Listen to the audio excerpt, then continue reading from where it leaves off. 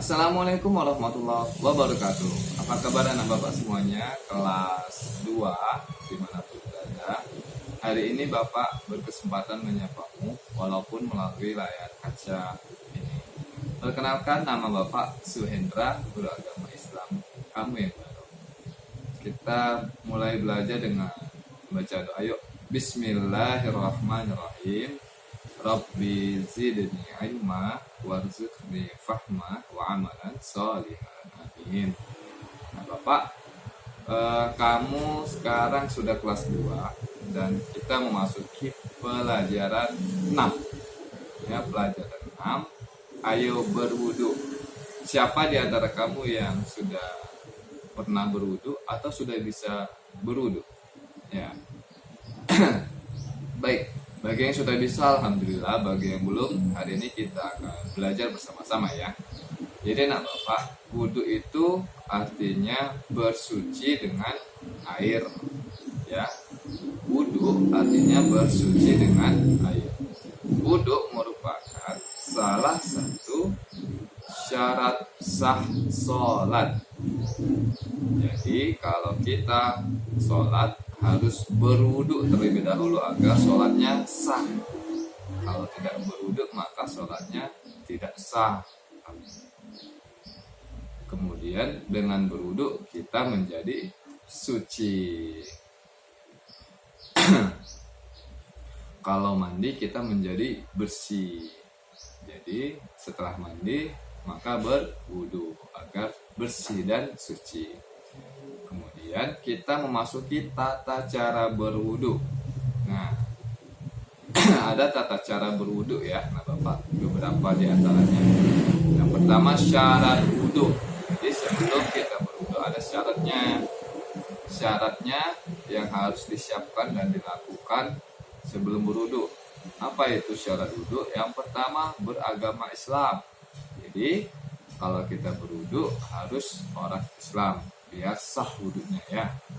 Kalau bukan agama Islam boleh Pak berwudu ya boleh, cuma tidak sah, tidak mendapat pahala. Dan yang kedua mumayyiz, yaitu orang yang sudah dapat membedakan perbuatan benar dan salah. Jadi kalau kamu belum tahu mana itu salah, mana itu benar, maka wudunya tidak sah. Kemudian tidak berhadas besar. Artinya kalau bagi laki dia mimpi basah atau perempuan datang bulan atau haid. Nah, jadi berwudu itu tidak boleh berhadas besar. Yang keempat menggunakan air suci dan mensucikan. Jadi kalau kita berwudu dengan air sirup itu suci tapi tidak mensucikan, maka tidak sah wudunya. Harus air yang bersih, air yang belum tercampur dengan yang lainnya. Terakhir yang kelima, tidak ada yang menghalangi sampainya air ke kulit. Jadi sebelum berwudu bersihkanlah dulu seperti cat atau getah yang ada di kulit. Agar apa? Agar air wudhu itu langsung terkena kulit. Jika ada yang menghalangi, maka wudhunya tidak sah.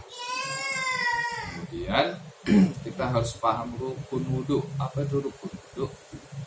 Nah, rukun wudhu ini adalah perbuatan yang harus kita lakukan saat berwudhu. Yang pertama apa rukunnya? Berniat. Jadi niat wudhu itu ada. Yang kedua membasuh muka.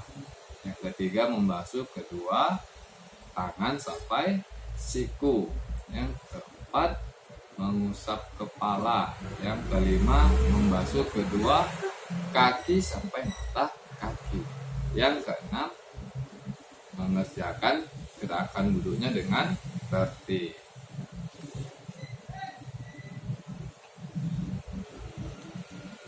Kemudian kita memasuki sunnah wudhu.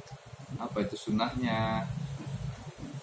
Jadi sunnah wudhu itu adalah perbuatan yang menambah nilai pahala dalam berwudu. Apa itu? Yang pertama, membaca basmalah pada saat berwudu, menggosok gigi. Yang kedua, yang ketiga, mencuci kedua telapak tangan sampai pergelangan. Yang ketiga, berkumur-kumur dan membersihkan hidung. Yang kelima, mengusap seluruh kepala dan mengusap kedua telinga. Mengusap kepala, telinga ini sunnah ya. Kemudian mendahulukan anggota wudhu yang kanan daripada yang kiri. Jadi kalau kita lupa dari kiri dulu ke kanan boleh. Ini kalau sunnahnya dari kanan dahulu baru ke kiri.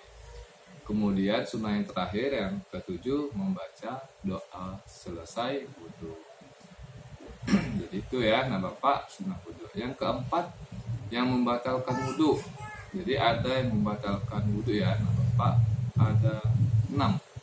Yang pertama, buang angin dari dubur atau kentut. Nah, batal lah wudhunya. Kalau buang angin dari mulut, sendawa, batal tidak? Tidak. Kemudian yang kedua, buang air kecil atau tipis, kencing ya. Yang ketiga, buang air besar atau BAB.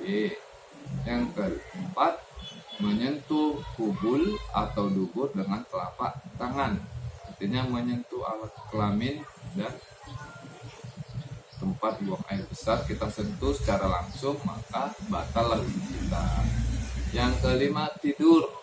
Nah, saat kita tidur maka wudhunya batal. Yang keenam, hilang akal karena mabuk atau gila, dan sempat tidak sadarkan diri, maka wudhunya menjadi batal. Jadi Bapak sudah tahu lah ya, ada 4 hal yang harus kita perhatikan: syarat wudhu, rukun wudhu, sunnah wudhu, dan yang membatalkan wudhu. Nah, nanti kita perhatikan bersama-sama di rumah setelah kamu lihat video berikutnya ya. Jadi itu saja anak Bapak mengenai penjelasan materi singkat tentang wudhu. Kalau praktek wudhunya silakan perhatikan video berikutnya. Terima kasih, mohon maaf atas segala kekurangannya. Billahi taufiq wal hidayah. Assalamualaikum warahmatullahi wabarakatuh.